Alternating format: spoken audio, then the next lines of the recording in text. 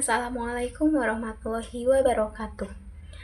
Perkenalkan, nama saya Aifi Triawaliyah dengan NIM 22101078, Prodi PAI kelas B semester 6. Saya di sini akan memaparkan tentang gerakan pembaharuan Islam di Turki. Selamat menyaksikan. Pembaharuan Islam di Turki. Kekalahan militer Turki Utsmani di Lepanto pada tahun 1571 Masehi dan kegagalan dalam menaklukkan Wina pada tahun 1683 Masehi merupakan tanda pergeseran kekuatan. Militer utama Kristen Eropa lebih kuat dibandingkan dengan militer Turki Utsmani. Solusi yang ditempuhnya adalah harus mengadopsi kemajuan-kemajuan yang telah dicapai Eropa. Adopsi kemajuan tersebut melahirkan gerakan pembaharuan di Turki. Langkah-langkah pembaharuan yang dilakukan adalah: pertama, mengirim para pelajar ke luar negeri; kedua, pengiriman duta besar ke Eropa; ketiga, mendatangkan guru dari Eropa; mendirikan sekolah teknik militer; pembentukan badan penerjemah; menulis beberapa buku matematika, geografi, kedokteran, sejarah, dan agama; pendirian penerbitan dan percetakan. Pembaharuan yang terjadi di Turki terdapat 3 aliran. Yang pertama aliran Barat, kedua aliran Islam, dan yang ketiga aliran nasionalis. Menurut tokoh yang beraliran Barat, Turki mundur karena bodoh yang disebabkan syariah yang menguasai seluruh kehidupan bangsa Turki. Solusinya, Barat harus dijadikan guru, tokohnya yaitu Taufik Fikret. Kedua, menurut aliran agama, syariat Islam tidak menjadi penghalang kemajuan. Turki mundur karena tidak menjalankan syariat Islam, sehingga syariat Islam harus dijalankan di Turki. Tokohnya yaitu Mehmed Akif. Dan yang ketiga, aliran nasionalis berpendapat bahwa kemunduran Turki disebabkan karena umat Islam yang enggan mengakomodir perubahan-perubahan tokohnya, yaitu Ziya Gökalp.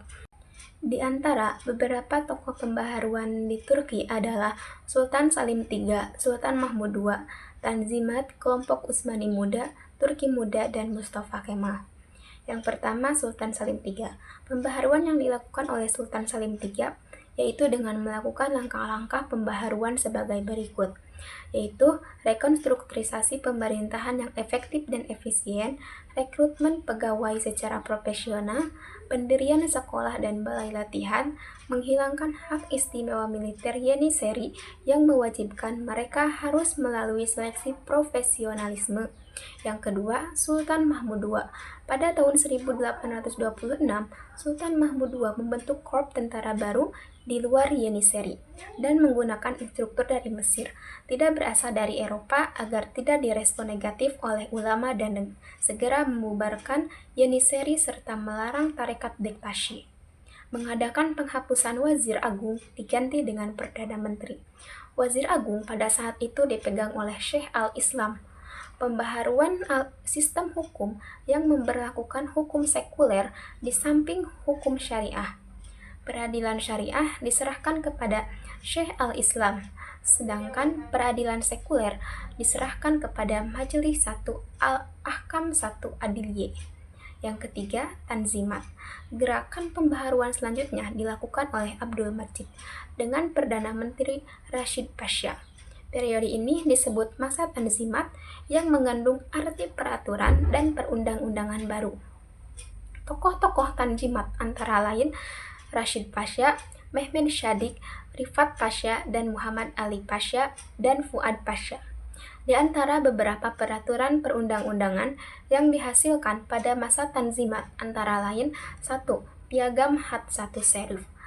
Gulhane tahun 1839 sebagai dasar pembaharuan di bidang administrasi, perpajakan, hukum, pendidikan, kaum minoritas, dan militer yang menyebabkan perang di Crimea akibat penolakan kaum ulama akibat dari reduksi peran ulama.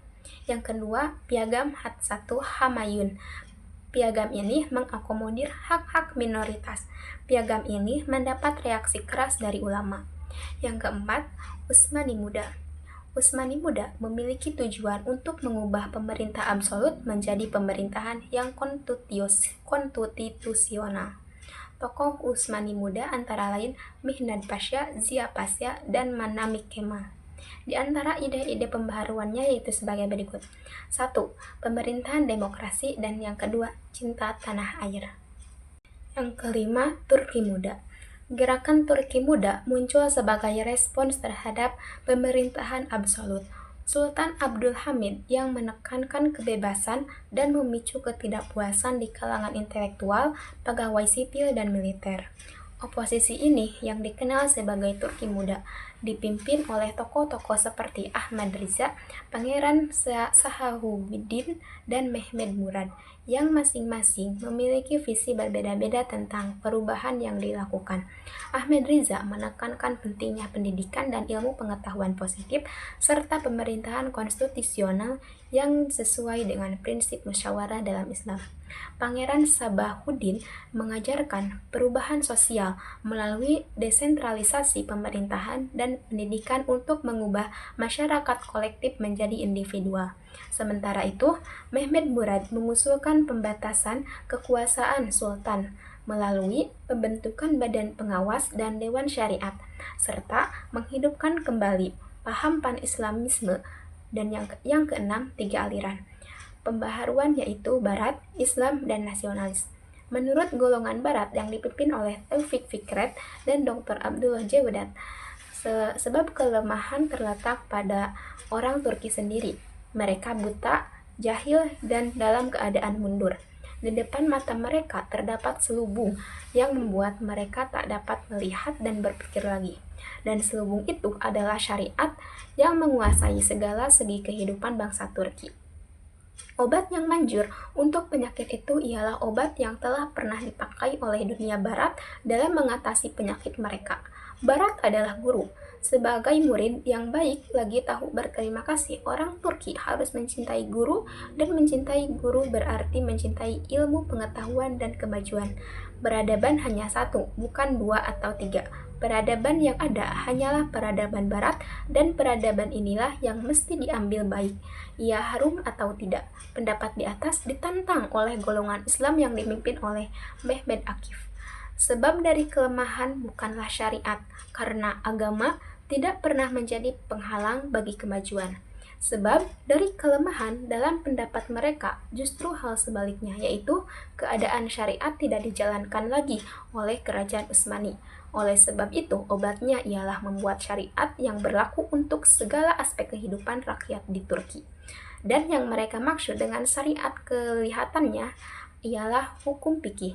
Dari golongan nasionalis, Turki Ziya Gökalp menerangkan bahwa kelemahan disebabkan oleh keengganan umat Islam mengakui adanya perubahan dalam kondisi kehidupan mereka, dan di samping itu tidak mau melihat perlunya diadakan interpretasi baru yang sesuai dengan kondisi zaman terhadap ajaran-ajaran dasar agama Islam.